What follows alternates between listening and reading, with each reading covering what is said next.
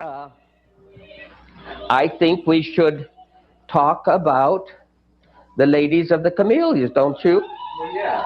But first off, what I want to say is that I know why you gave me this play to read because you are absolutely perfect for the stage manager, Benoit. Is that how you pronounce it? Benoit, yes.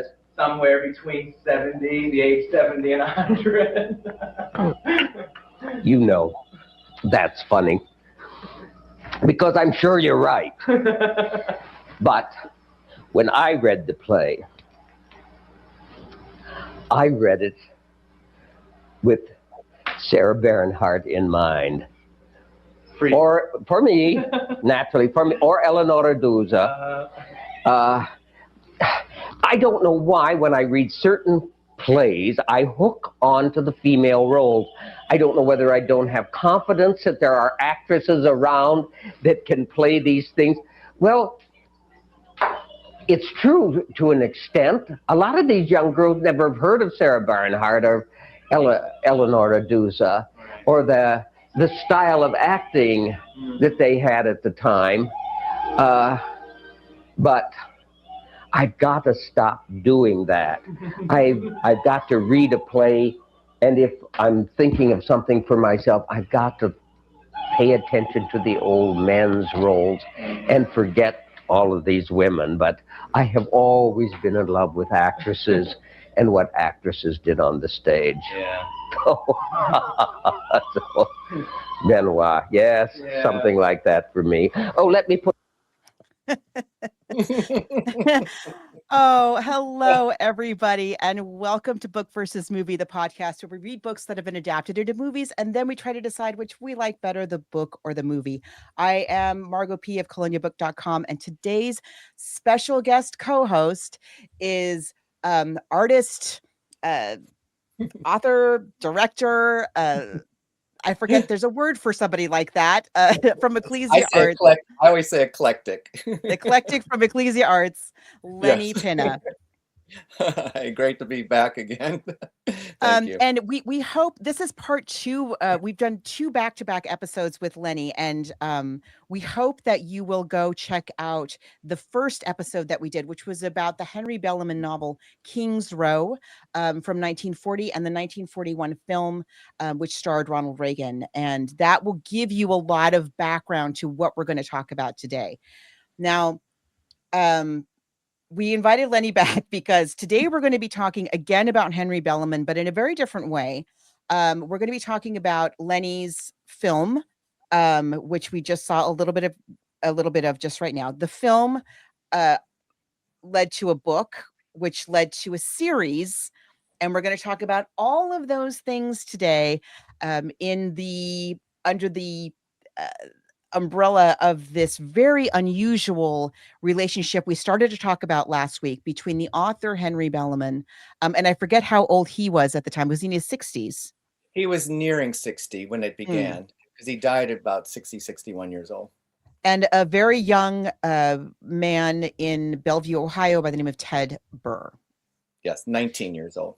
Who was 19 when he starts writing to him. So they strike up this correspondence. So tell us again about how you know Tedd and who Tedd is. Certainly. I had moved to Cleveland in the early 90s, and I was an actor, director, playwright, different aspects, as you've mentioned. And mid-90s, I think it was around 95, I was cast in a production of Terrence McNally's A Perfect Ganesh. And Tedd was cast also in that production. Now, I had seen Tedd around the theater. He was very easy to spot. And I had heard about him being like a little living legend in Cleveland, but I had not been introduced to him or I hadn't worked with him.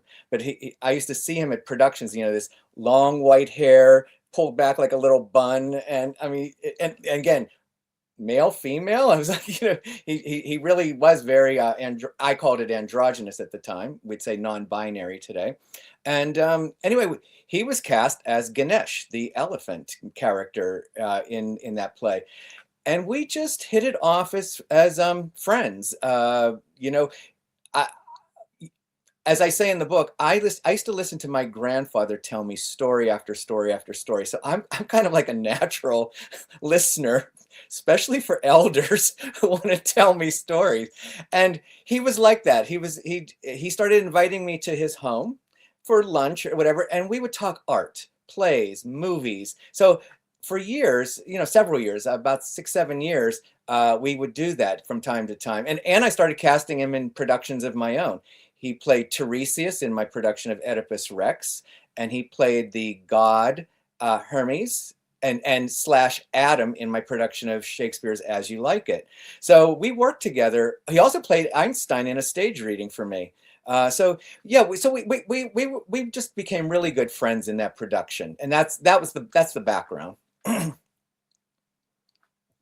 Something that I'm embarrassed to admit I did not realize, and I have never been to Cleveland. I don't think I've ever been to Ohio at all. I'm a very coastal American.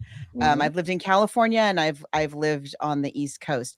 And so I was surprised. It's no surprise to you, but it maybe other people know this, but I did not know. Here in the United States, and we have a lot of international listeners. So when we talk about cultural hubs of the US, of course, New York is the cultural capital of the United States. There are just more museums, more theater, more galleries, just more art, literature, everything kind of scrunched into that tiny little geographic location. But the second largest cultural hub is not our nation's capital. It's not San Francisco. It's not Chicago. It's Cleveland in terms of numbers of theater. We talked a little bit before we got on the air about the symphony. It is a giant cultural hub. And so could you tell a little bit about what was the scene like when you got there?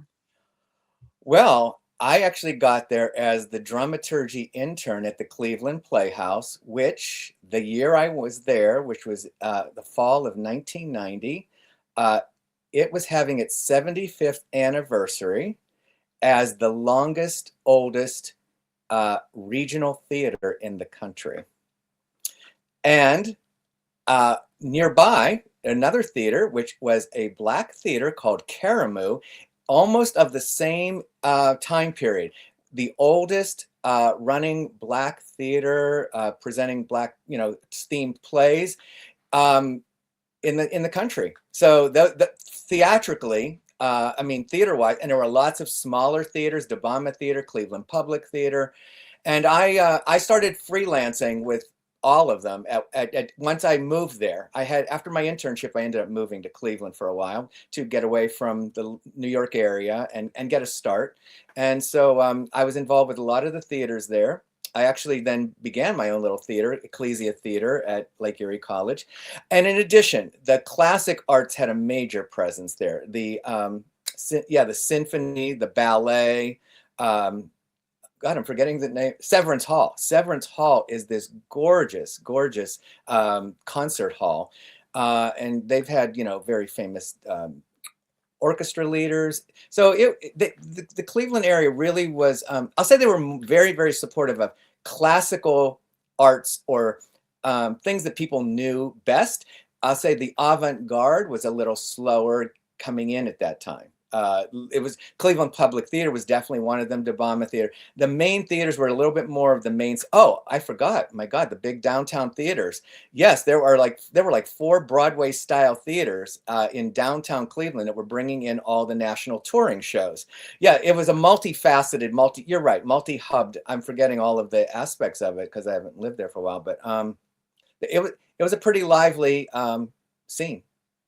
Yes. Now, Ted is not originally from Cleveland. We'll talk about the town that he's from in a moment. But I wanted to share, I mentioned when we were preparing for this episode that I kind of went looking for, as you say, Ted was sort of a fixture in the theater scene there in Cleveland. And I found countless reviews of Tedd's work going back to the time that he was still corresponding with Dr. Bellamann.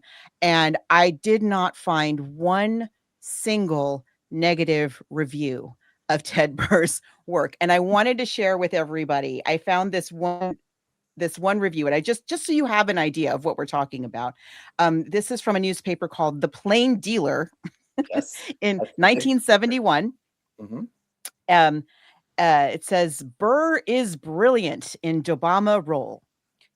If there were an Oscar for the best performance of the year by a community theater actor, it might well go to Tedd Burr for his brilliant performance in the one-act play Dr. Galley at Dobama Theater. Alone on stage, Burr commands respectful silence for the better part of an hour as he pulls out all emotional stops to expose the spiritual agony of a man in torment. There are times when he sweats, gets red in the face, and nearly chokes on the phlegm of his heartbreak. Quite a sentence. This exhausting role also requires Burr to assume the voices of a number of other characters. There are times when he is arrogant, masterful. He is the arrogant, masterful intellectual, and others when he is spiritually a helpless child begging for help. His change of mood is amazing in contrast and speed. In his handsomeness, all caps, in his handsomeness, elegance, sensitivity, and movement, he is reminiscent of K. Elmo Lowe, the late director of The Playhouse. I don't know who that is, but I love that it's written as though everybody knows K. Elmo Lowe. Yeah. Naturally, yeah, and how handsome he is, I guess. Cleveland Plain Dealer was writing it. Everybody in Cleveland would have known. So that's very typical of the kinds of reviews that Tedd was getting for his very, very long career in theater. But that was not his day job. No. Right? No, he worked in J&L Steel for 44 years as a office administrator. Yeah, for years. So let's talk about last time we talked about King's Row and the kind of movie that it is. It's nothing if not melodramatic. Very sweeping, dramatic score, and a lot of I don't know. It's very big. It's a very big movie. And something about this film in particular spoke to a young Tedd Burr. So talk us through that whole process. Yes. Well, among the many talents that Tedd Burr had as a young person, he was in love with movies. And he worked at the State Theater in Bellevue, Ohio, a town of 7,000 yes, there it is. He worked all through high school at the State Theater for nothing. His payment was that he could watch the movies as often as he liked. And so he would see movies over and over and over again. Well, the one film came to town, King's Row, and he saw it many, many times. And he was so enamored with the story that I think touched him was that it was a small town in which he lived, the same type of town. But I think you mentioned that there was this grandeur, of passion, of acting style. Tedd, as you can see, he liked the acting style. He just harkens to the old stage theater actor. And so I think it was the combination that caused him to go to the library when he saw that it was based on a book by the author Henry Bellamann, and he went to the library, found the book. And what he found within the first 4 pages was a character that it was not in the film. Jamie Wakefield, described as too pretty for a boy. And he read that novel through the lens of feeling like Jamie Wakefield. And every time Jamie Wakefield had a scene, he actually really felt it was him. And I'm going to use the word him now. I've known him as him up until he died. And yet I would say for today's audience, he definitely would be thought of as she or they. But I think if he had a choice, it would be she. He thought he was a she. I will stick to she. I will try to stick to female pronouns. Yeah, then feminine pronouns. Yeah, for you today, it would be she, because he really saw himself as a woman in a man's body, and his deepest desire was to be a wife and mother. That was his basic desire. So he today would be a she, but I knew him as he, and he was so shaken by the novel that contained this character because of how out of place she felt all those years, and was, looked upon and laughed at and called sissy and all kinds of things. So here was a sympathetic rendition of that character. And so coincidentally, he received a draft notice. And at that point, the confusion, the fearfulness of being in a male-dominated environment, with what he looked like, what he felt like, he was in such desperation that he wrote a letter to the author, Henry Bellamann, who lived at the Ansonia Hotel in New York City. I have a photo here of the Ansonia Hotel. Oh, that was the other thing. So, and the Ansonia Hotel, here it is. Yes. Yeah, one of our oldest and dearest friends, when we lived in New York City, he lived about a block away from the Ansonia Hotel. So I used to walk by it like once a week. Me too. Yeah. So it was, maybe still, it probably still is. It was we talk about the Dakota, but the Ansonia is a very famous old apartment building. And this one was very well known for, it wasn't too far from Lincoln Center. A lot of performers, artists, directors lived at the Ansonia Hotel. Yes, it was a cultural hub in itself. The and it's huge, Hotel. As you can see, it's enormous. Yes. I visited recently again. Oh, did you? Yeah. What's it like inside? I went to the lobby, and what's really interesting is the entrance that Henry would have used is no longer there because it was on 73rd and Broadway. They now have the two side entrances rather than the main one in front. And so I talked to the doorman about that, but they made a other little space inside that took the place of the hallway that went to 73rd and Broadway. Oh, yes. And then meanwhile, Ted is living in a town, in a little house. Oh my gosh, you have his house. Yeah. So, I mean, he has the address right in the letter. So it was pretty easy to look up. But his house, now look what we could do nowadays. I know. So you can see, I mean, it's very like a street straight out of King's Row. Yes. Yes. Yeah. Not dissimilar. So I could definitely imagine how even though it's the 40s, that world to him would have seemed very familiar, probably. Very much. Yeah. I have to say themes too.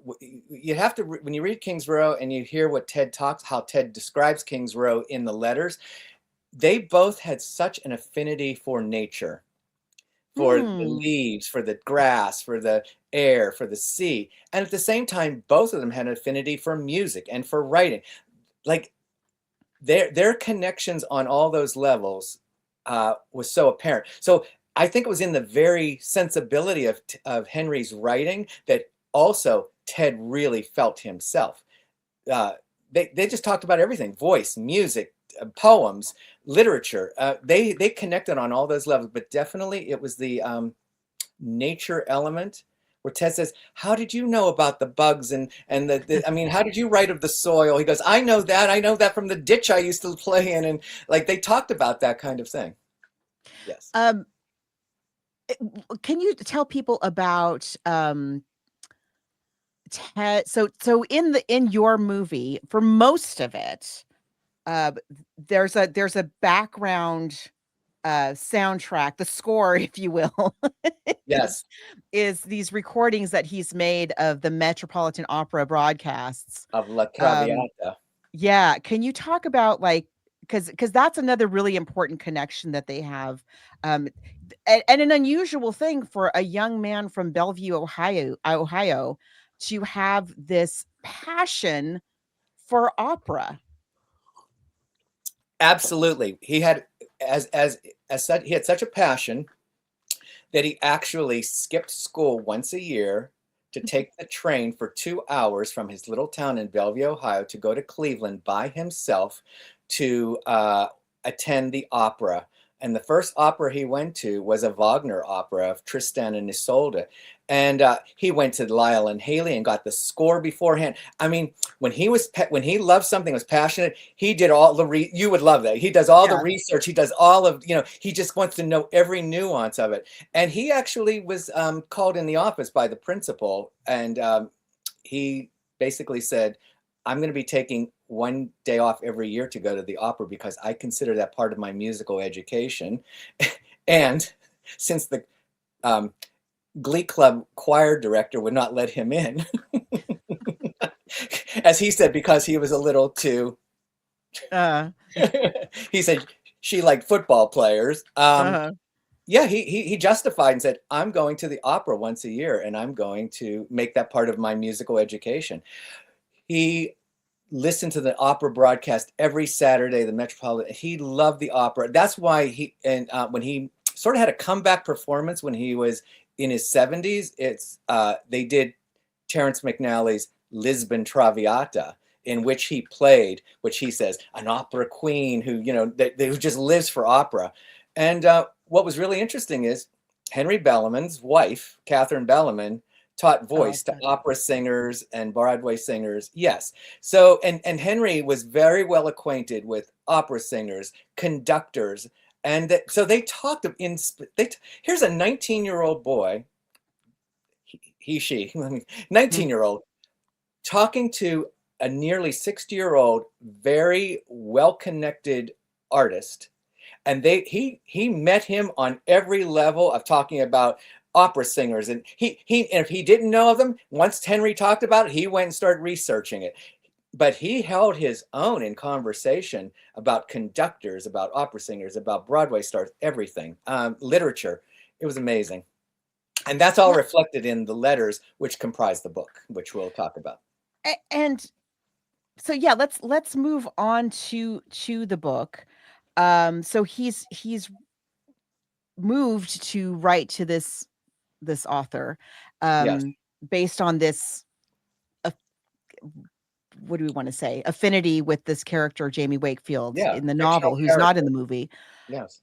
I was so struck right from the so your book has the complete correspondence, and you can tell us how you came by this. But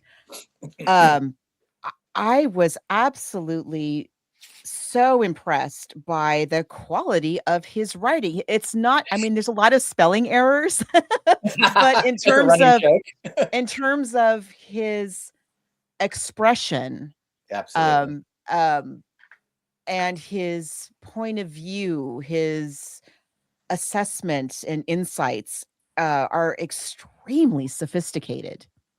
So how did you come by these letters from this young man? Well, it was in the filming of the Letters to Uranus. That's why it's called Letters to Uranus. That conversation that you gave a clip of started leading to a discussion of men playing women's roles. I had myself played a woman's role of a person that changed genders. And as we talked about that, all of a sudden out of nowhere, well, for me, it was out of nowhere, he opened up about his knowing what it was like to be so confused as a young person as to whether he was male or female. Up till this point, several years had gone by, he never talked about his past and he never talked about his private life at all. And so I was just now listening. And then as I became a listener, he got a little bit more open. And then when he said, would you like to see something? And he took me down in his basement to show me a photograph of what he looked like at that age, which is the cover of the book. And this is the photo he showed me. And when I saw this photo, it's talk about speaking volumes. I was like, Ted, you're so beautiful. I mean, what do you mean? Like, confused. Like, if he would have been in New York, people would have like, well, how wonderful. But no, he was in a town of 7,000 and looking like that. And so then he says to me, which I will show, he said he had this picture on right near the other picture. And he goes, remember Henry Bellamann that I told you I wrote to? This is Henry Bellamann. And now I'm thinking, wait a minute. I mean, like, it was just like a faraway thought that he wrote to this author when I heard it first. Now all of a sudden it's like, wait a minute, his picture's here. Alongside, right, there's more going on here. Yeah, right. And then he says, which is where you get the title of everything. He says, about this picture, when I sent it to him, Henry responded, you look like you have a face that comes from the planet Uranus. Which, like, what is that? And I'm like, that's what I'm thinking. I'm thinking, wait a minute, what nearly 60-year-old man speaks to a 19-year-old with that kind of language? In the And 40s. so I start, given my background in terms of LGBTQ knowledge and issues and everything, I said to him, Ted, I mean, I was curious. Do you think Henry Bellamann was, a latent homosexual? And Ted was like, no, no, no, no, no, like, but I could tell like he was very uncomfortable. But then when he said that he wrote to him and he was living for these letters, because I said, Ted, was he important to you in some way? As this is in the film, and he says, he saved my life.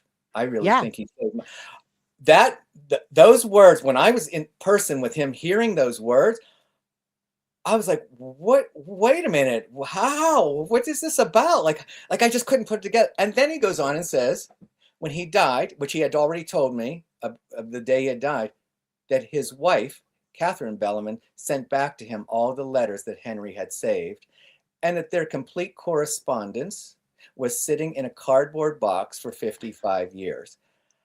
I'm like, whoa, wait a minute. His wife sent back all the letters he saved? Like, wait a minute. And you've kept them for 55 years, both sets of your letters? I was like, Ted, you must tell me about this. So we went on to do the filming of where he opened the letters in front of me on film and started reading from them. And I had never heard of King's Row. I'd never heard of Henry Bellamann. And in our film, he starts reading the description of Jamie Wakefield. And when I was in the room, that review where they said he was either like a masterful this, or he was like almost like a haunting little book. Yeah. I'm looking at a 75-year-old man, androgynous figure, reading about a 12-year-old in this novel, and he reads it with such like sensitivity, and I felt like I was looking at the adult Tedd Burr and the young Tedd Burr at the exact same time, because he had that acting ability, that elocution, to be able to blend his adult self with what it felt like being at that time. I was blown away. I mean, I really was like stunned silent when he read that to me. And those were the first words out of the whole novel that I heard. The ones about a character that was not in the film.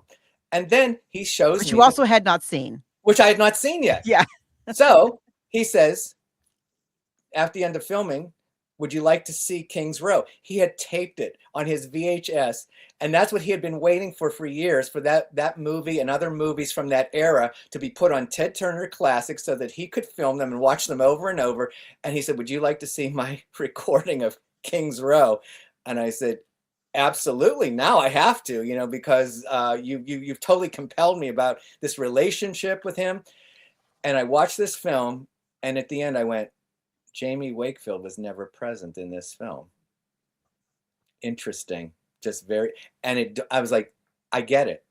It was 1940s. Sure. And then I started doing the research then, and then I go, oh, Hays Code. It had to be approved by the Hays Code. Homosexuality, femininity of a boy was filtered out, censored out. It couldn't be shown. And so here's what I felt when I did the film about him that you showed a clip from. I felt I was both giving Ted the role of his lifetime to embody himself as a male-female presence, a blended presence with a lot of femininity, rather than playing Sarah Bernhardt. He got to play this extraordinary sort of feminine side of himself.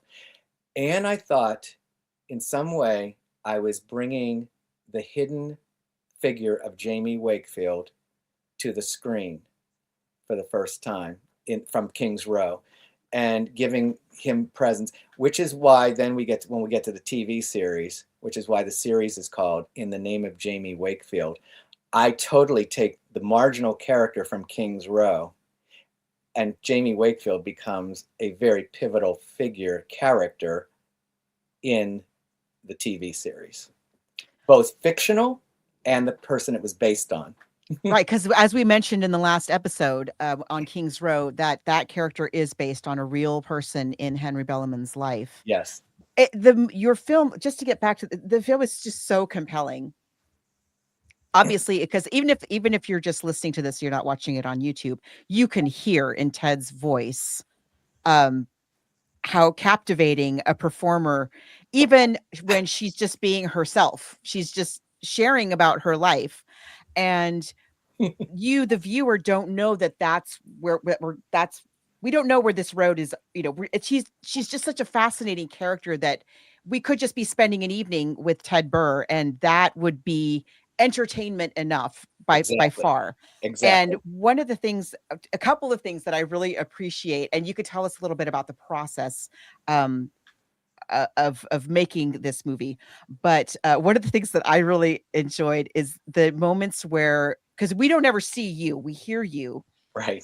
You're holding the camera the whole time, but there are several points throughout the film where you are essentially snooping around Tedd's house, right? Tedd is talking and you're just taking a little opportunity to kind of pan the living room. And at one point you say you're going to go use the restroom, but you do not go into the restroom. You go into this other room and you're snooping around like, what does Tedd have in here? Oh, look at all this over here. Yes. Yes. And also, as Tedd is speaking, and in her house as well, her house is filled with images, memorabilia of all of these artists who have inspired her throughout her life.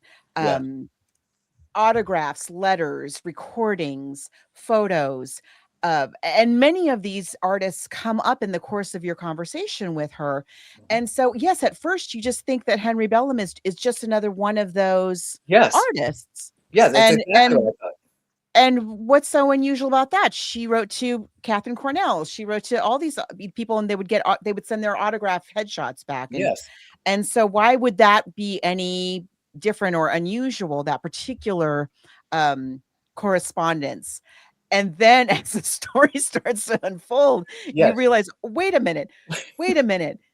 His widow sent you a telegram the same day? The same day that he died, yes.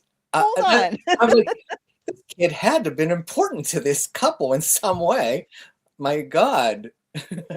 I'd like to play a little clip about the basement, that little moment in the basement that you described. Let me see if I can pull that up here.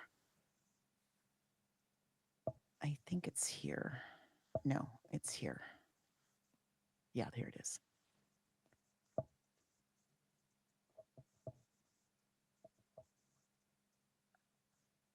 Told you that I felt not belonging to society. Oops. This is what I looked like when I was 18. You're, Tedd. Oh my gosh. You were so beautiful. Well, I don't. Oh my, you were like a cherub. I mean, like innocent boy, and yet I see that sort of Katharine Hepburn, young Katharine Hepburn or something. Oh my God. Yeah, well. So androgynous. Well, upstairs I mentioned King's Row and Henry Bellamann. Yeah. Well, this is Henry Bellamann that I wrote to and that he wrote back. And in one of his letters, I sent him this picture and the picture that was taken for the high school annual graduation. And he said, about this picture, you have a face from the planet Uranus. He said Uranus? He said Uranus, yes, as I recall. Uranus. Uh-huh. Tedd. What? Do you think that Dr. Bellamann was like a latent or repressed homosexual? Well, I don't know, but no, I really don't. No, I don't. Well, I don't think so, no. I had read this gay astrology book, and the planet Uranus is really significant in gay astrology. I mean, I just find it very curious that he used that word. You know, you were from the planet Uranus. You know, very interesting. Well, I'll tell you this: he he really preferred my little high school picture, which is upstairs, and which I can show you, a very, very innocent little boy. That this, I think, he felt was very dangerous. Well, you know what, Ted? Ted, if what? you went to, I mean, had you gone to New York looking like that, they would have eaten you up. I mean, it wouldn't have been like here where you felt like you were unwanted. I mean, that person would have just been eaten up in New York. Well, I never got to New York. Dr. Bellamann at one point was thinking of having me come to New York to be his secretary, which was very frightening, and I protested a great deal. By the way, this is a sample of his letter. Look at that. Look at that handwriting. I can't. Oh my God. It's very, very difficult. Of course, when I was getting these letters, I had learned to make them out. And a few months ago, I thought, well, I transcribed his letters. You see, when he died, his wife, Catherine Bellamann, sent me all of my letters which he had saved. So I have a complete correspondence between the two of us that lasted a few years as I was going through this stage of development until his death. He saved your letters? Yes, he saved all my letters. Huh. So I have this correspondence. By the way, look what time and life does to you. This is a recent photograph of myself. You wouldn't even recognize myself. So extraordinary. For those of you who are just listening, Ted is wearing a long kind of rose-colored silk. Is it silk gown? Like a caftan Like gown, a caftan sort of thing. Yeah. And has kind of chin length, kind of like a page boy white, pure white hair. That is who's telling us this story of her life, and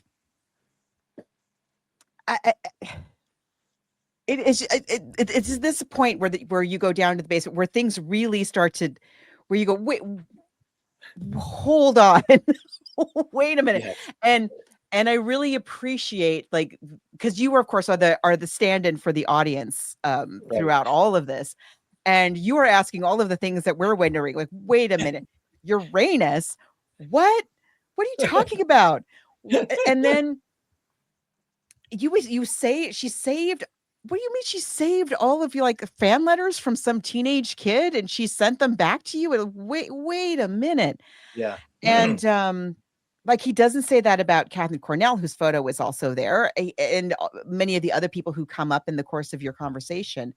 There's also, right after this, a very moving story about the fellow that he had a relationship with, who was killed by the police. And if you know anything about, he was featured in a television show recently. I don't remember what that show was called. I'm blanking, but famously there were a lot of what they would call race riots back in the day in Cleveland and in many other places. But Cleveland was one of the kind of hot spots where things like that were going on. And he describes how this murder of his, I guess they lived together. I don't know if they lived together. It's not clear. They lived together for 5 years. Oh, wow. That was Can you talk about this? Yeah. There's another picture there that she doesn't bring up at all. Right. Yeah. Right next, and I'm the one that notices. He's told me about he's told me about each picture, but there's a picture of a beautiful, handsome black man. Very handsome. And right on the end there. And I was like, wait a minute. He talked about everybody, but he didn't talk about him. So I said, as he was leaving, going up the steps, I said, Ted, wait a minute. You haven't told me about who this is. And he's like, oh yes, Robert. And then he tells the story of how he lived with him for 5 years, and that he was a tennis player, and that he had he smoked pipes, and he had made a leather, he called it contraption, that he would wear around his I think like strapped to his side, and he put his pipe in it. Well, he said one day a plainclothes officer saw that and yelled out to him to stop. And Robert was like, why is this didn't even know who's like, why is this person yelling at me? And he just kept walking, and the plainclothes officer shot him in the back and killed him. And when he rolled him over and saw that there was only a pipe in that leather contraption, he planted a gun on the body. And when that got traced in investigation, when it got traced back to the police department, the city of Cleveland rioted. That was one of the riots, because Robert was unjustly killed just for walking down the street. Yeah, because it's a plainclothes officer. There was no reason to think that it was a police. If it was a police officer, of course, yeah, would have stopped. Yeah, so that's definitely, so these, you know, I mean, he has a lot of little stories, but that was a big story, I have to say. And I've honored it in the TV series, because near the end, Ted meets Robert, and a relationship begins. I wondered that. Okay, so this is a great segue to talk about how this has all led to the series. And I wonder that, because I've only seen the first 3 episodes, I think. Yeah. Yes. So I wondered at what point in Ted's life does the series kind of leave us? So tell us about. So now we've had the film, and the film did the festival circuit and all of that. And then we've had the book, and you've done, talks on the book all over. What led to the development of the series In the Name of Jamie Wakefield? Wonderful. I'm going to answer that in one moment, but I wanted to show this photo because it's significant. He said that he sent him another photo that Henry Bellamann preferred. This is the photo of Ted that was his high school annual yearbook photo that he did not like because he did not think it represented him. And yet this is the one that Henry Bellamann preferred. And that's part of the story. But those 2 photos are significant to the entire story. Right. Can you also, I'm sorry, we talked about this a little bit last time. Yeah. Can you also, you mentioned briefly that right around the time that he makes the decision to write to Dr. Bellamann, he also gets his draft notice. Yeah. And can you talk about kind of how that all played into and I want to mention about this photograph, if you're only listening to just look up the book on Amazon. I was up in San Francisco with some friends a couple days ago, and I was telling them about this episode, and I brought up, and I'm describing it, and I was like, oh, let me just bring up the picture of the book, and I showed just on my phone, I showed around the photo that's on the cover of the book that we're talking about, and the whole table went, oh, whoa. It is so striking. You can't take your eyes off of it. So tell us what went into the creation of this arresting photograph. This to me is the most significant part of this story. At 19 years old, Ted walks down the street dressed like that with makeup, pompadoured hair, to be photographed with his own money. And he wanted it to be in that side profile like Catherine Cornell, like an actor's style photograph. And to think, in a town of 7,000, he was empowered enough to say, I want to be remembered looking like this, not my high school annual yearbook. To me, that act was so bold. And I think that that's why this photo, in addition, I mean, I think for whatever reason, I think that's how this photo is imbued with such power, iconic power, because of the complete confidence and serenity of she now, in a sense, presenting herself the way she wanted to be presented. And I want to just point out this behind me for those who can see. We had the photo made into a poster when we showed the film at the International Film and Video Festival in New York in 2002. We put these all over the city of New York. We like put them on telephone poles. Well, I put one of them on the bulletin board in the Lesbian and Gay Center, and it was a board with thousands of flyers, names, you know how phone numbers, all that stuff. Especially then. I put it on the board. Okay, hopefully people would see it and come to the show. A couple of years later, I get a call from a friend and said, I just saw your poster in an episode of Absolutely Fabulous when Edina, the main character, goes to New York to find her estranged gay son. She goes to the Lesbian and Gay Center, and she has to go to the therapist's office, which happened to be played by Whoopi Goldberg. And Pat's she goes, you got to go in there and try to find my son's file, because they wouldn't give her any information. So she gets Whoopi away. Edina gets Whoopi away from the office. Pat goes rifling through the file cabinet, and there, right next to Pat's big beehive hairdo, is this photo. Oh my gosh, you actually did it. And so what I want to say is that was a choice. The set designer took that from out on the main lobby area where all those photos and flyers were, and put it as set dressing in this scene. And I thought in some way, I think that they were trying to subliminally, I mean, I think it's beautiful. I think it was trying to subliminally also was like Edina's son in a way that she was looking for, and having that photo there, I thought kind of like had this foreshadowing in a certain way. One of the things I just want to mention before we get to the series, like one of the things when I read this book, and it is such a compelling read, as I say, both of them are excellent writers. So it just on that level, it's a very entertaining read. Tedd is, as I say, even though he's not a good speller, but that's all you can really fault him for. But they're wonderfully engaging letters that and deeply personal letters that he's sending to this author who they never meet in person. And of course, Dr. Bellamann is a renowned author and poet, and so his letters are also very well written. Just reading Tedd's story, maybe the second letter, I think Tedd gives you his whole life story up until that point, and how he feels, conflicts and things that he's overcome. There was a lot in that story, this young man, he's 19, that it reminded me very much on the other side of the Atlantic, going on at almost exactly the same time. It reminded me of The Naked Civil Servant, which is another book that's been on our list for a very long time, which is, of course, the story of Quentin Crisp. I have this photo. So we've got this photo. This is Tedd in Bellevue, Ohio. And then all the way over in London at almost exactly the same time is Quentin Crisp.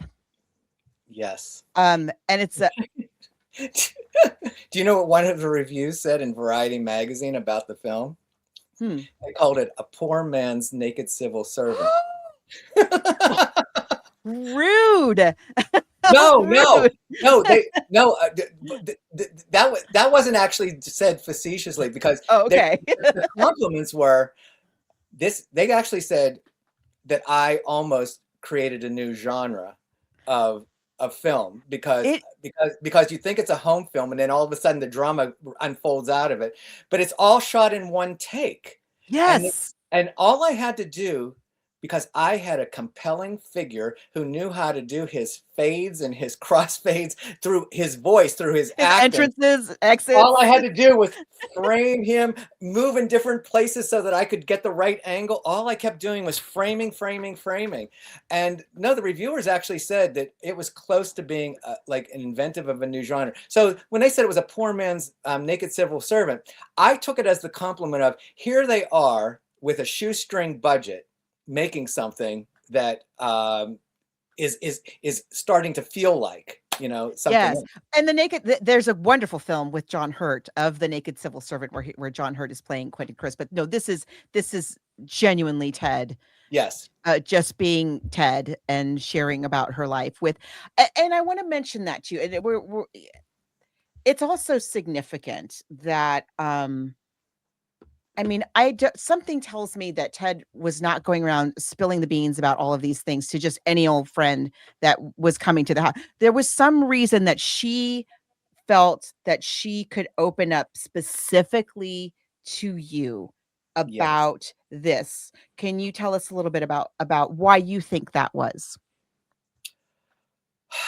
I'll tell you, it really has felt like it's been but it's also felt like in some bigger picture. Like I said, when I was sitting there listening to him read Jamie Wakefield, I felt that I was being asked by the universe, to be very honest, to capture Ted's story and to shepherd it and bring it out. Like I felt like I was being given this, I'm going to say an assignment in a sense of bringing it up. I was the only person he ever told. He hadn't told his family, no one knew any of this. And so I made the film, and I said to him, "You're in control. I want you to see it, but we don't have to put it out. It's at least for you." And he said, "Let's at least have one showing at the Cedar Lee Theater in Cleveland Heights, so that I can invite all my theater friends and my family to see it." That showing was the coming out. No one knew any of the information in that film. I was the only one sitting with that information. And why? I think it's because we were friends, but I think it's because, in a sense, I'm of his lineage in that I have a very balanced male-female quality. And that's why when I did this play about a person changing genders, I was dressed as a man in Act 1 and had to play all genders, all ages. And in Act 2, I was dressed as a woman and had to play all gender, all ages. And so I think there's something about the fact that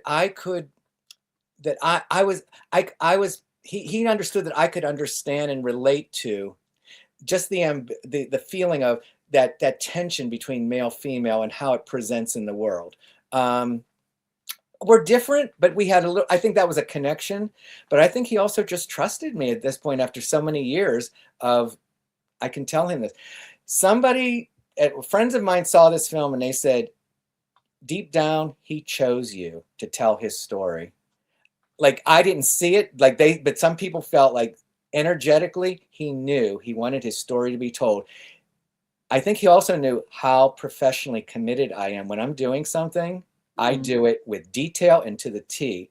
And I think he knew that I was not going to just do it in a haphazard way, that I was treating this as like I treat all the productions I've directed, as I want to be as meticulous and as sensitive to every moment. And so I think he knew me professionally. I think he knew me personally, and I think he knew me in the areas of sexuality and things like that, and gender, that he opened up to me. Yeah. So she had seen you handle some of those themes. Yes. Yes. I see. But and also just to be clear, and this is very evident from the book, and it's also evident in your movie that it's not that Ted was not close to her family or did not have very close friends. That it's very clear that, her family was super important to her. Her friends were very long-standing friendships. She talks at one moment in the film about a friend who had recently died like a few days before. There's some mention of that and this long history that they'd had together. And and there's a lot of talk in the book about her family. Yes. And she lost a brother or a brother-in-law in the war. Brother-in-law, his only sister. They all were 4 boys and 1 sister, and her husband, after they had a child, was killed in the war. Yes, and that's in the series. And yet the family had not been, explicitly informed of all of this that was going on. No, they never knew anything about his private. They may have assumed. They might have had their own assumptions. I've met a lot of the family members, and they actually loved him for his storytelling and his colorfulness, but no one ever talked about, like, is he in a relationship? Is he with a, I mean, like, so when they came to see the film at Cedar Lee Theater, afterwards we met with everybody, and they said to me, thank you so much for making this film and allowing us to now fully understand our uncle or our, you know, cousin, whoever came to the film. They said, we didn't know that he had this much pain in his life. We didn't know that he had, you know, all of these different things. And they were so grateful to now know him in a more complete way, and they loved him even more. So, like, this truly was a beautiful coming out for him at age 75, basically, about his life. So I want to do the seg in that. So you asked the letters. So those letters were in a box. He transcribed them and he put them in a binder so that I could read them. This is the binder that he typed for me. So I read the letters from him typed. And when I read those letters, I went, this is the story I want to tell. But it was the year 2000, and I said, America is not going to be ready for this, because the stuff they were talking about in 1943, we still were not talking about openly in America. Now we are, but in 2000, we were not. And so I said to him right away, I said, Ted, this is the story I want to make someday about, like, I now saw that our film was the prelude. You know, this is like, here's the story right here. And so he's cautious, said, go ahead. You know, by this time he respected me. Go ahead. You know, and I would tell him about treatments that I was thinking about, and he was like interested. And he said about 3 years later he had a health scare, and I was now living in California. And he said he sent me a card, and he said, you know, I just was in a hospital, and I'm just a little concerned that if anything happens to me, I don't know what's going to happen to those letters.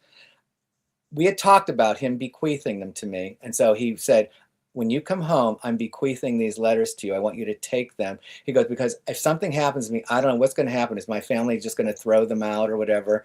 And he knew in some way, I know he did try to get them published back then. And, you know, there was no response. And so he knew that they had publishing quality. And so he gave them to me in the year 2003. And I finally published them in 2022. There was a whole reason for lots, but I worked on the TV series all along the way. From the typed letters, that's what I used as my source material. But then I did not know Henry Bellamann as well as I knew Ted, because Henry did not disclose as much. So that's when I did all the research on Henry Bellamann. And I feel like I brought two halves of the whole together in the TV series, so that you know both of their lives and why that they are inextricably linked through all of these themes and motifs. And in the TV series, they do what they could not do in life. They meet in imaginative space, and they walk into each other's lives. And the way you read the book, you almost feel they are in a relationship, where Teddy goes, you're with me when I go to the theater, you're with me when I'm in the restaurant. Well, I make that happen in film. We can now do that, where they have relationship in addition to their everyday world. They also have their world between them, their psychic world, and then they have their imaginative world, in which they show up in different locations like Central Park, the Great Hall of Arts and Sciences, a doctor's office. I have them meet, and it reflects the theme of what's going on in their life. So it has a theatricality, it has a cinematic quality, and it has a natural realism about it, all mixed together. And that's the way they were. They mixed these realms within themselves, and I thought that's the structure that can tell this story. I want to show a clip of, I think, from the pilot. But before I do, yes, can you? Because I really was very impressed. Like, you took a very unusual approach, to putting this material out there where it can be found and developed. And you also well, I'll show the clip, but talk us through the decision to do this the way that you did, and what we're about to see / hear. Yes, absolutely. Well, this ties together with the play that I talk about in the film that I played, a man changing to a woman. That was a one-person, 2-hour play. I played over 26 characters, male, female, everything. Well, I wanted to do a pilot, and I started thinking about, okay, I'm going to get a location. I'll try. Well, honestly, it boiled down to I had to do a poor man's version, just like I did of the film. I said, I have to do a poor man's version.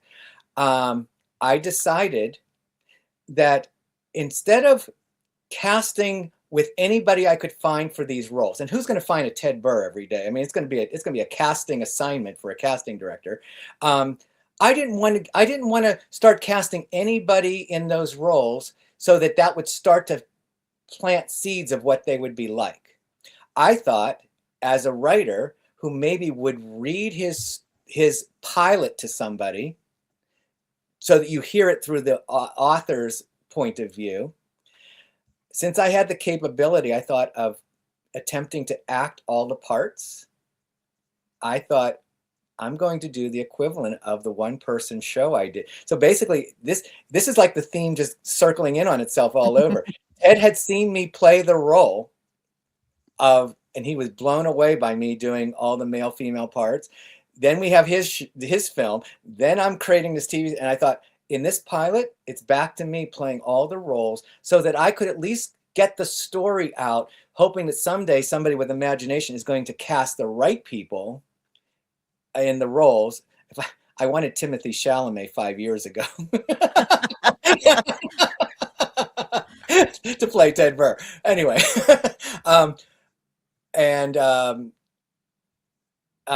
this is not. I thought at the time Alan Rickman would be a wonderful Henry Bellamann. I wrote him a letter, and the day I went to mail it, Alan Rickman had died.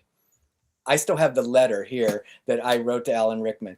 Okay, so the point is, I didn't want a producer to be influenced by me trying to give you a very scaled down, cheap version of what it really would look like in its period. I thought, I'm going to give them essentially the story and let them imagine what it's going to be like. So that's how it happened. I know it was a unique approach, and I thought, it's me, it's how I do things. So. It's very compelling. And and I'm going to show the clip, and then I'd like to talk about, because another thing that you do with the series is there are some certain things that come up in the correspondence, just in their conversation, anecdotes, things that become characters and moments and scenes in this series, Yes. because they do help serve the kind of overarching narrative. But let's play a clip here.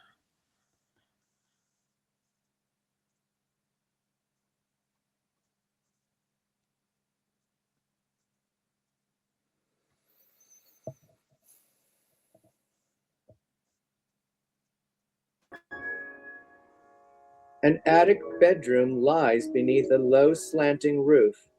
It is dark, with little windows and gently flapping pink curtains. The sound of crickets outside. A small bedside lamp provides soft, warm, ambient light. Dressed in women's silk pajamas is 19-year-old Tedd Burr. He sits up in bed intently reading King's Row, a novel by Henry Bellamann. His usually perfect pompadour hair is fallen and splayed around his androgynously beautiful facial features.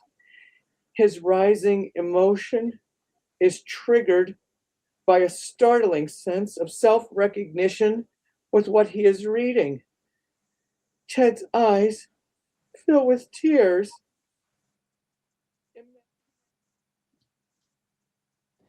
See, Jamie, why don't you be interested in some of the same things the other fellas are? Just a little bit, anyhow. I just can't, and can't pretend either. Well enough so you'd have some sort of company. I guess I'd rather be all alone than try that. How about girls? You got a girl? No, Drake, I don't get along with girls a bit. Gee, why? I always thought girls like to talk about poetry and music and stuff like that.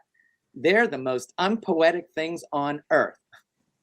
Got no use for their brains, have you, Jamie? They ain't got any brains, Drake. Oh, get out. Honest.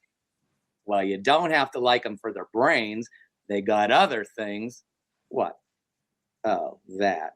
I hate girls. Why? I don't know. I can't stand them.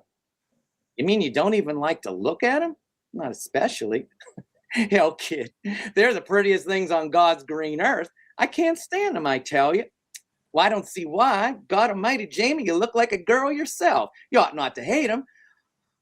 Oh, Drake, please don't say that. With tears running down his face, he clutches the book to his chest. He buries his face in the pillow.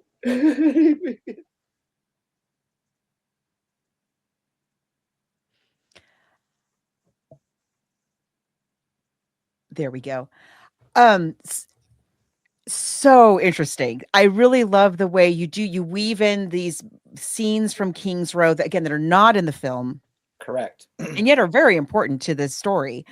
As we discussed last time, Jamie for being cut out of the movie altogether, and they find ways to kind of weave in some of the things that he does in the story into the film. Not everything, but he's a really pivotal character. He's kind of a really important character in the book to be cut out altogether in the movie. And so you can't help but it all kind of works together to tell this story of this young teenager in a very small town, a town that in many ways is still set in the late 19th century, much like King's Row. And then you have this extremely sophisticated Dr. Bellamann, the author, and his world. And as you said before, like they nevertheless have these little places where they have some common ground that they're able to converse with each other. It's not just Dr. Bellamann giving life advice to Ted. It's very much a conversation, maybe not exactly between peers, but not that either. Right. Well, this is where that fictional character Jamie Wakefield became the pivotal. I call it the heart of the TV series, and that is Ted felt like he was like Jamie. Jamie was based on a real person, Albert Burghauser. So Albert Burghauser was in Henry's past, and all of a sudden, the dramatic action really came to me. In that is, by Henry meeting Ted late in life, he was getting to revisit his association with Albert Burghauser while he was trying to write the sequel to King's Row.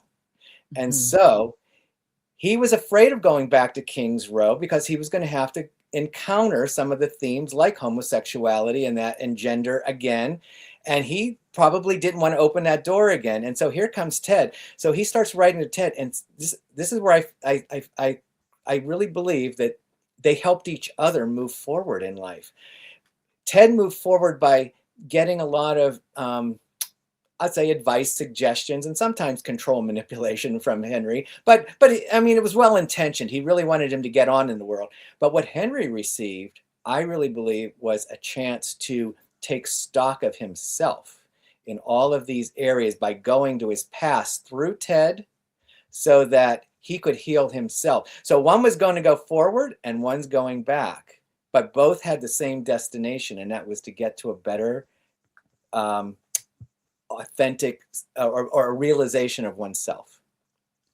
We mentioned in the last episode about Henry's relationship with Albert Burghauser and how it it was long from childhood, and then it was, you know, they had a child relationship, and then they had an adult relationship. Yes.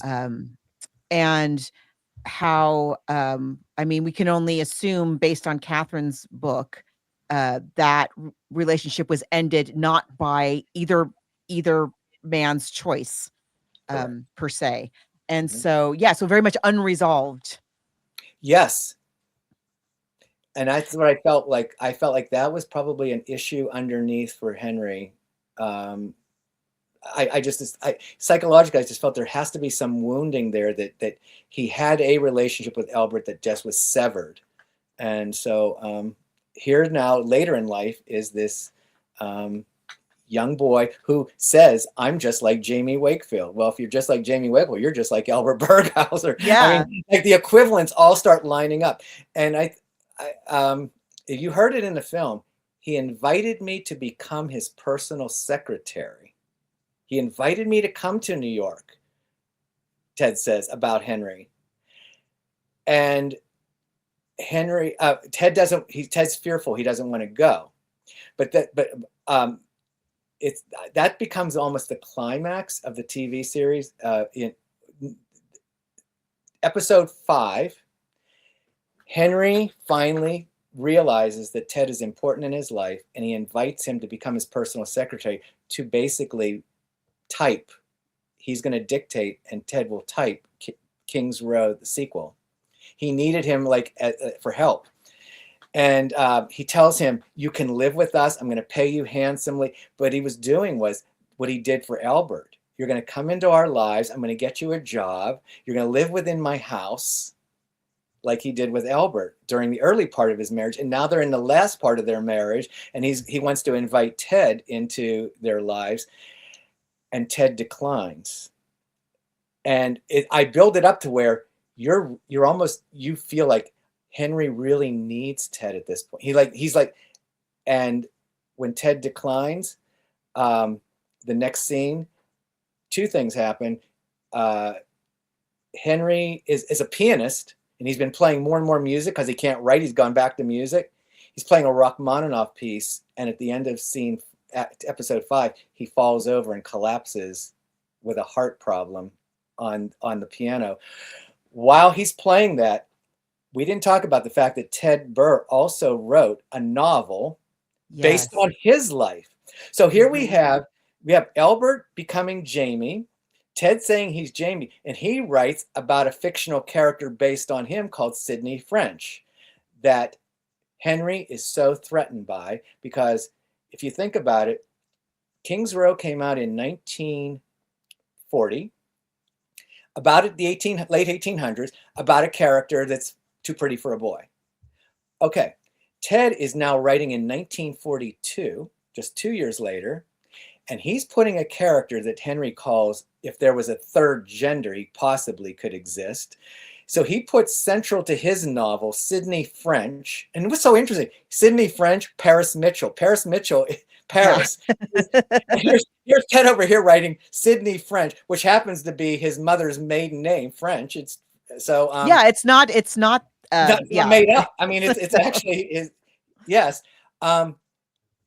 Here he's putting a character that no one has seen, wearing makeup, wearing gowns, and being a celebrated concert pianist in 1942.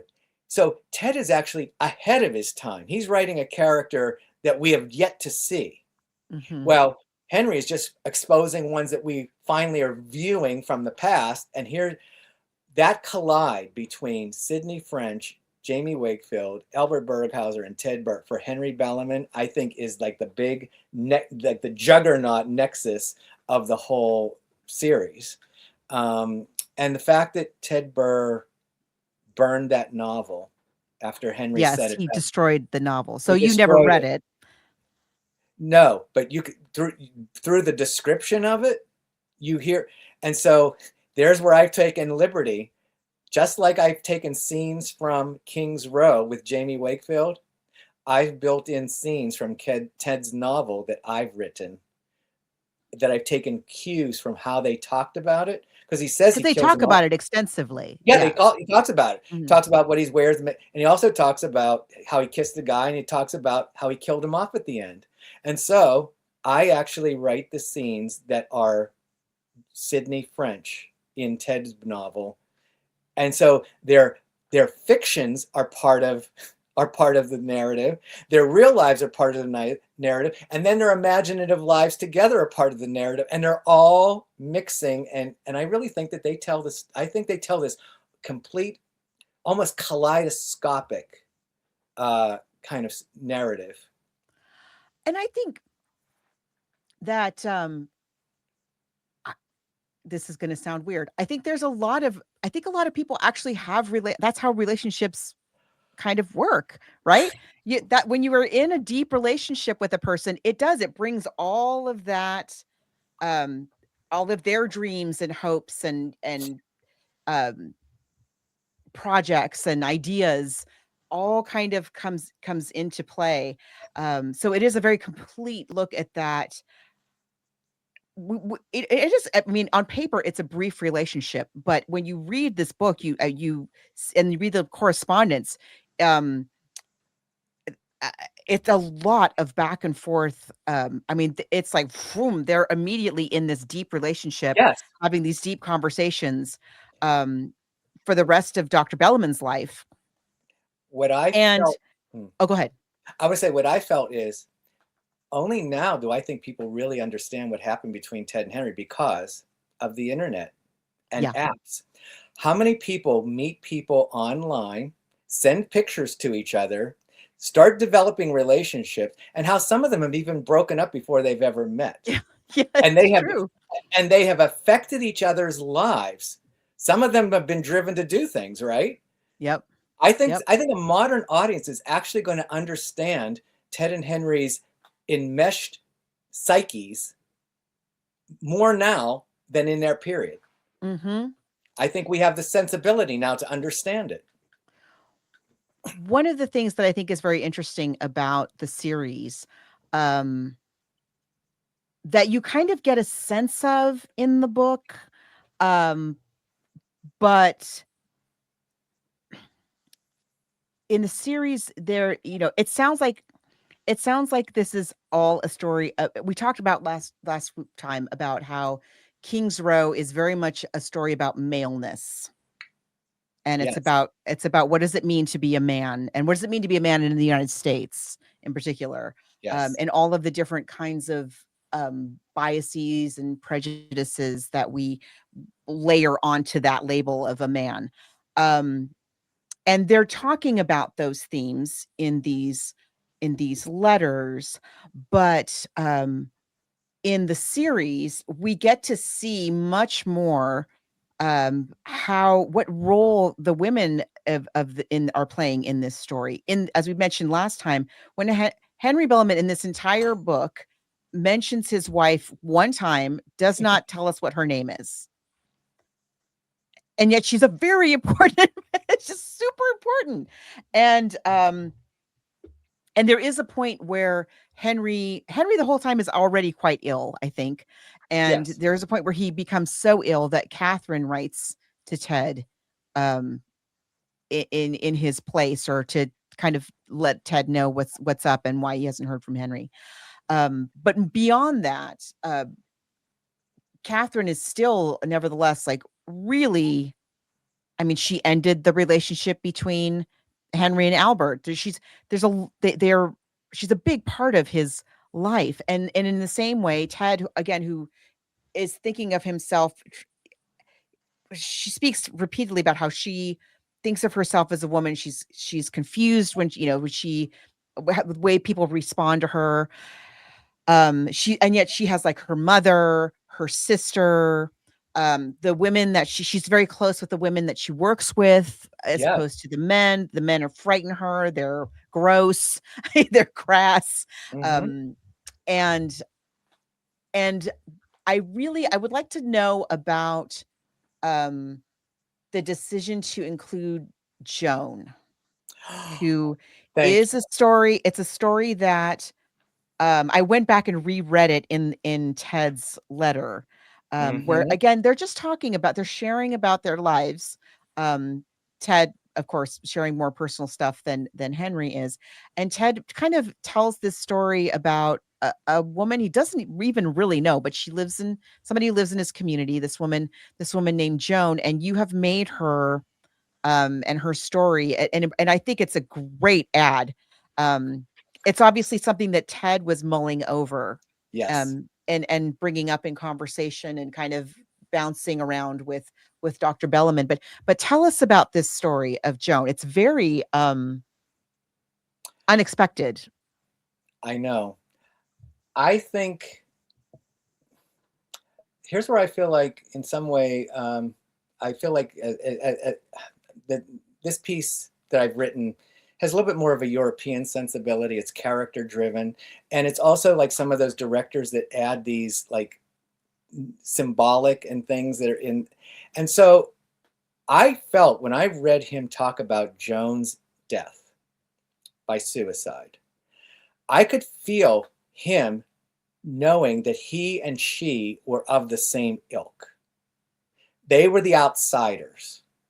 He had felt like he wanted to reach out to her. He wanted to have sent her a letter. They both looked at Vogue magazine. He used to see her. She was older, and he was a little frightened of her. But he was always looking at her dresses that she made, and her mother. They wore these impeccable kind of taffeta dresses, so that he was seeing her as a mirror of himself. And so I feel like it was really important to include where Ted had enough within himself to keep going and to reach out to Henry for help in a certain way. Joan didn't. Joan went inward. Joan collapsed after her mother died and went inward. And I felt it was really important because this was the social tragedy. People like Joan or Ted, sometimes they're harassed so much that they do themselves in. And to me, I felt like that is a mirror to the society. I felt like I was doing to Bellevue what Henry Bellamann did to Kings Row. I want people to see that was a significant. Wait, she was so interior, she commits a public suicide. She throws herself out of a several-story apartment building with sheets tied to hang herself. I mean, these are she and her mother never talked to anybody. So I really feel that I feel that Joan's suicide is the equivalent of Ted's photo. I think that was the most empowered thing she did for herself, even though it was suicide. I think she wanted people to know, you're going to see me. You're going to see me on some level. I'm not just going to commit suicide and fade away and nobody knows what I'm in my apartment dead. No one even knows it. You're all going to know it. And so I felt it was really important to include Joan. And I have to say, I think the emotional gravity, and then for Ted to be able, it's my favorite, the end of episode 2, when his father's making those birdhouses for the beautiful birds, the purple marlins and the blue jays, and he's tossing the sparrows out and burning the nests of the sparrows. And Ted is like, why are you doing that? He goes, I just made these for pretty colorful birds. I don't want any of those common birds. And yet Ted, I mean, that was me feel through Ted's.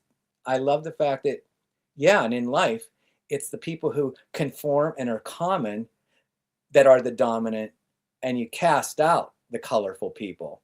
And here you're building houses for your colorful birds.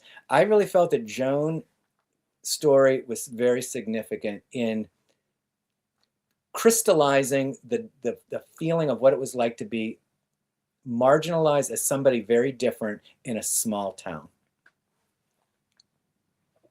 And Ted's telling of the story in the letter is so beautifully written. When he says, this is we failed her. Mm-hmm. He used we, and he says, meaning the town of meaning he says, the she was whole one of community. us. She was one of us, and we failed her. That's why I think it was so significant. That's what another marginalized character can feel, even the we. Some people walk around, it's all about me, it's all about me, it's all about me, and I don't even know what's happening over there. And that's the other thing. That town was affected by this person, no matter whether they liked it or not. I mean, like,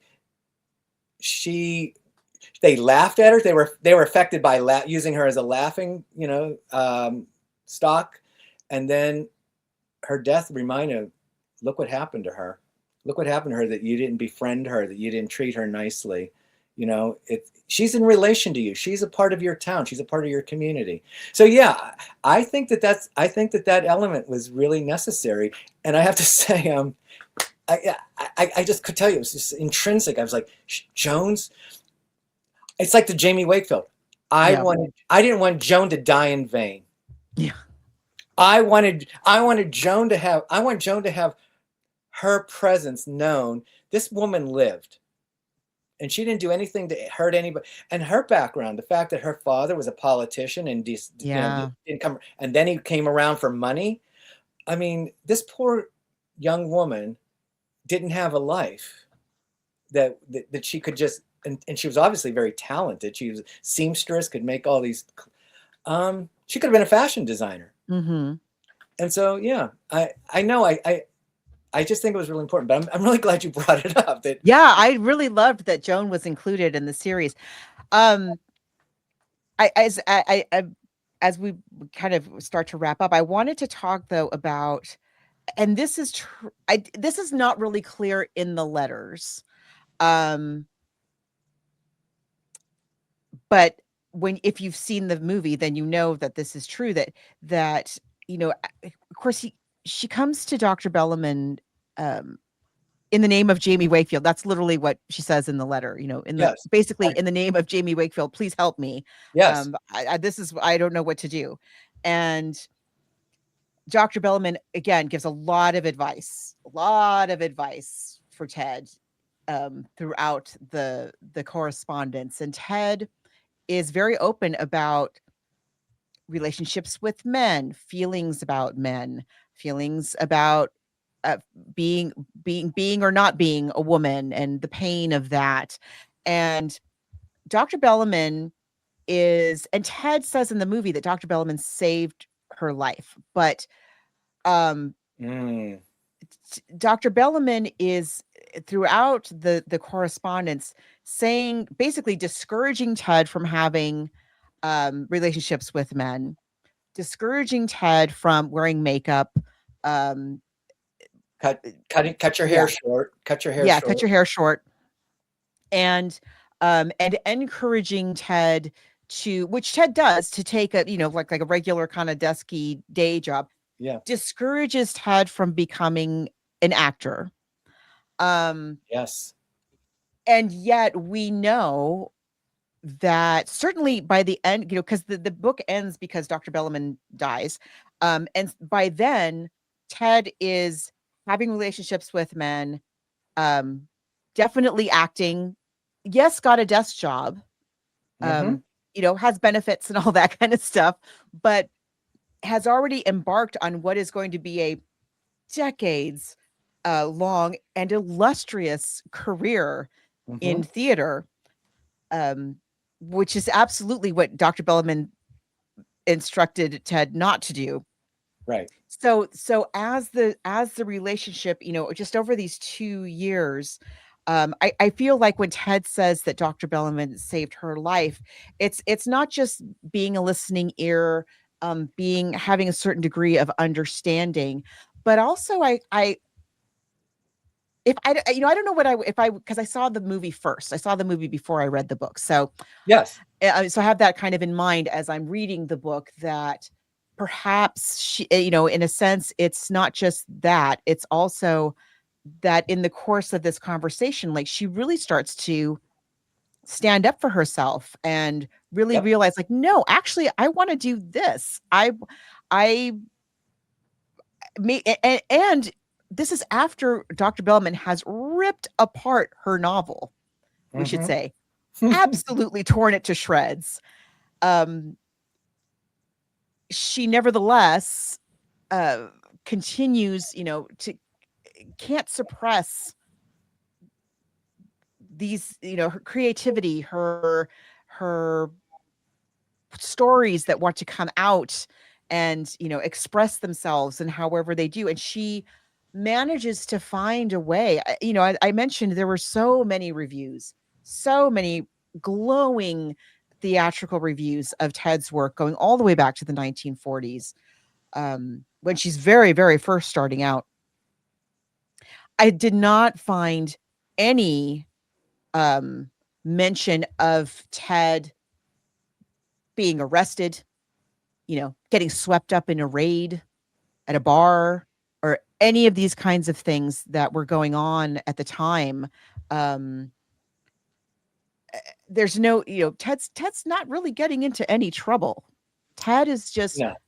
going to her desk job, working towards her pension or whatever it was that she had by way of retirement, but also doing production after production after production, and all of the other creative. I mean, obviously, this is when you see her home in the movie, obviously, this is a very, very creative person who can't be suppressed. Right. And that, I think, that's the really, like, when you finish the book, that's not really clear, that you're not really sure where Ted's going to go from there. If you haven't seen the movie, you don't know that she had this really long career and is, wearing a caftan and having long hair and wanting to play Sarah Bernhardt. But I think that is such an interesting, that eventually she does take a lot of really helpful advice. And yes, she may have been arrested. She may have been killed, beat up. There's some, she talks about, there is some of that, but in that regard, yes, his advice did rather, maybe protect her life so that she could continue her creative life and make a life that she could, that in 1940 through 2000, that a lot of people didn't have that option. Right. It's there's such a lot of paradox in this situation, this relationship. So I want to tell you, if you didn't, I think I put it in the postscript to the book. When Ted typed up the letters for me to read that he was going to send to a publisher also, you know what the title is? Killing Uranus. So what I want to say is, in the movie, he said he saved my life. Yes. What I've come to feel is he saved half of his life by helping him cut off the other half. Now, that made him outwardly conform. So it looks like that we'll call it the male side conformed. Right. Let's show this photo of Ted. Yes, that's basically kind of what he looked like after Ted, after his relationship with Henry, when he was now auditioning for plays and things. He called it his band leader pose. I think that, and I bring this out, so you're gonna here's where the TV series is gonna be better than the book, because you couldn't get this in the book. I have Ted do what you said. Just in the book, you get the feeling he helped cut off wearing makeup. He cut your hair short. He was like getting rid of some of the things that were really essentially Ted, but they were connected even to his creativity. But Ted, post Henry, did, like you said, he kept it going. He kept the acting going. Thankfully, I think that's the thing that saved him. Beauty and the sense of, he said, the arts are my gods. That's what saved him. And so toward the end of the series, you start to see where Ted starts withholding things from Henry. So he tells him, I went to the theater, I did all this. I have him saying he went to the Caramoo Theater where he saw this, performance, this black performance. I've introduced Robert, the tennis player. He sees him at the tennis court in Wade Park. He sees him in the audience at Caramoo Theater. And then one night he sneaks back to the gay bar, the homosexual bar. And outside he sees Robert. They go in they start dating. And he ends up with Robert. So the other thing is, the third time he gets his draft notice, what I did was the thing that it was like self-preservation, rebelliousness. He put on makeup to go to the interview, and I have the recruiter saying, what do you like? He goes, I like plays and this. And he goes, do you like wearing costumes and makeup? And he goes, yeah. And he goes, are you wearing makeup now? He says, yes. And he goes, do you like, why? It's a psychologist saying, why are you wearing makeup? And he says, it makes me feel stronger for things that I'm like afraid of. And he goes, you won't be able to wear makeup in the army. He goes, yeah, I know. He goes, and I'm also going to be really upset about getting my hair cut.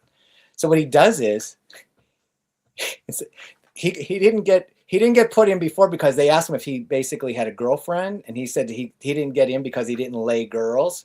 They kind of got the feeling. Well, what I had him do is use makeup and hair in his favor to get out of the draft that third time.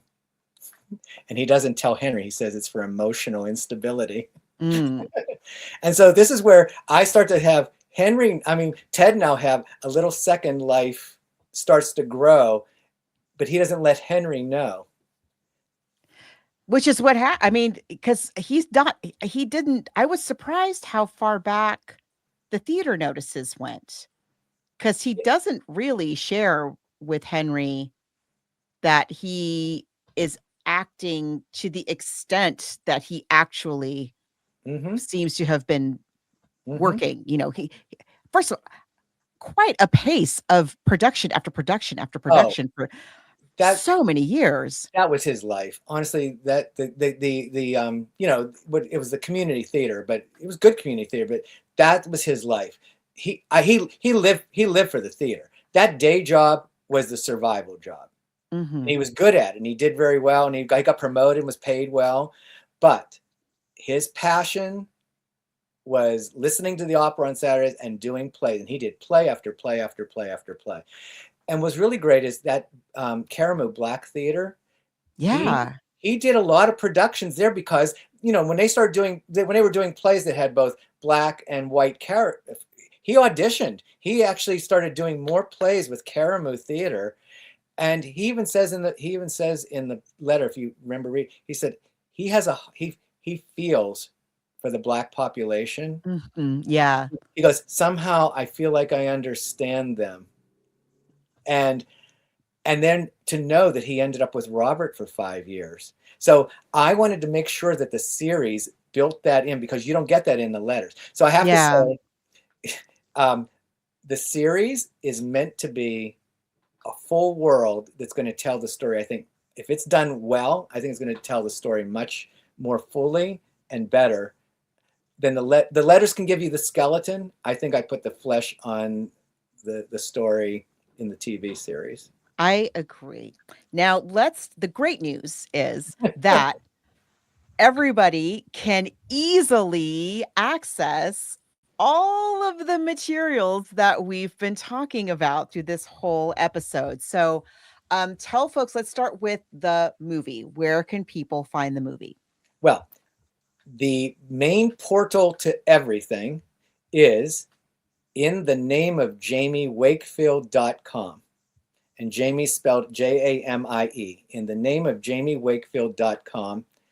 And that will, when you get there, you can click on the film, Letters to Uranus, The Hidden Life of Tedd Burr, and that will link to my YouTube channel, Ecclesia Arts. So you can go right through the portal, but it'll take you right to Ecclesia Arts, and you can watch the film. It will take you right where the film is. Same with the TV series. You go to in the name of JamieWakefield.com. You can see the demo reel first if you like, just to get an overview with, or you can click on the pilot and it will take you to YouTube and play the series there, the pilot there. Yes. And the book. And the book is, you could go right through in the name of Jamie Wake. It'll take you to either Amazon or Barnes and Noble, and that's where the book is now being able to be bought through. And it's available in soft cover, hardcover, and Kindle, or whatever, ebook. Yes. It's available in all three versions. Yes. I must say, I have a hardcover one. And I do love like being able to see the photos and all of that.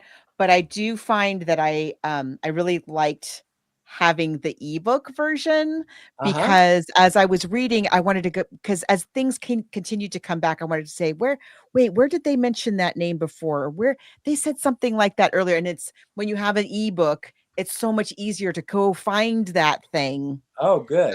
So for that reason, I really enjoyed and Yeah. also I travel all the time, so I usually just read things on my Kindle or my phone. But I yeah, they're both handy.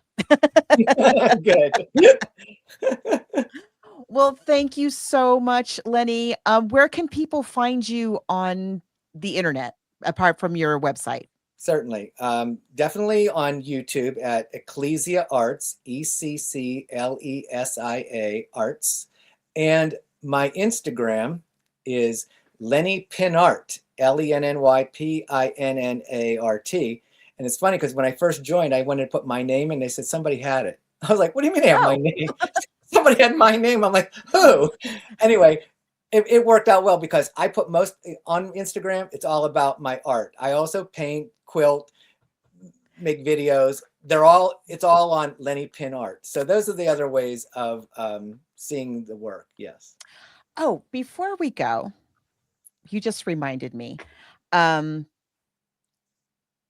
all my stuff is on in the outro, so I won't go into all my links and all that. But before we go, what would you say is if you could pick kind of one main takeaway from your relationship with Ted? What would you say is the way that she apart from launching you into all this trajectory with your work, Yeah. but just on a personal level, what would you say is the kind of a way that she has marked your life? Because you're also a very creative person, as you're saying, like in many different kinds of creativity. Are there things, is there something that you think like, oh, I don't know that I would have done that if I hadn't known Ted?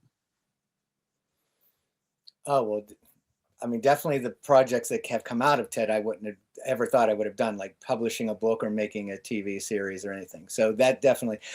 So I want to say, I think the main thing for me is the fact that it's the creative process and arts in multiple disciplines that I think connects me to Ted and to Henry.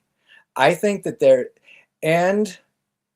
there's a way in which there's a solitude. There's a solitude that I think I'm aware of in myself, with Ted and with Henry. So I feel like, I don't know, I just feel like I was meant to encounter this. Like it was meant for me.